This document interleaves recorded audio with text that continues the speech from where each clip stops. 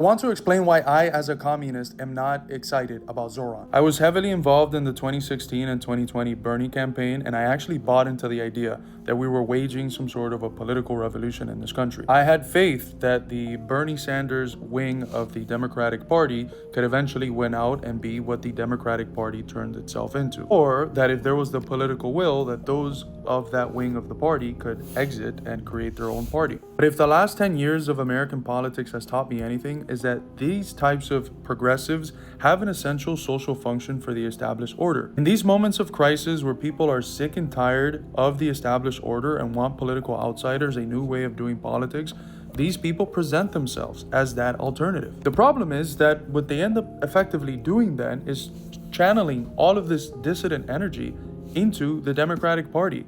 And I don't know about you, but there's nothing more establishment than the Democratic Party. It's literally part of the two-party duopoly that constitutes what the establishment is. So instead of this being this great rupture that is going to initiate a new wave of progressive politics and democratic socialism within the Democratic Party, what I see it as is us falling once again for the same thing that I fell for 10 years ago with the Bernie Sanders campaign. It is the channeling of all of this dissident energy, especially by young people, into campaigns that ultimately are destined to just support and fold young people into the Democratic Party. A lot of the activists that work in these campaigns, they end up just having their material existence tied to some of the work that they end up doing in the Democratic Party. And instead of moving the Democratic Party left, what always ends up happening is that these so-called dissident forces end up moving towards the mainstream, the so-called center of the Democratic Party, as we have clearly seen with AOC or someone like Bernie Sanders. If he actually puts up a fight against the Democratic Party and towards the end of it decides that it's better to pull out his base towards an independent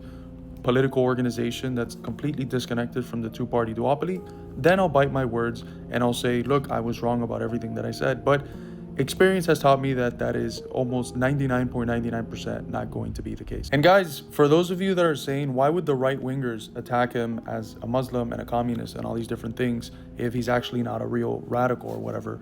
Do you remember what was the discourse around the time when Obama was elected? It was quite literally the same thing. They were calling Obama a communist Muslim. The same playbook that they used towards Obama, which I think everyone on the left in the US recognizes was just a complete embodiment of neoliberalism, is the same one that they're using discursively, the right wing, against Zohran. So the presence of that discourse doesn't automatically mean that the person is actually what the discourse is saying that they are.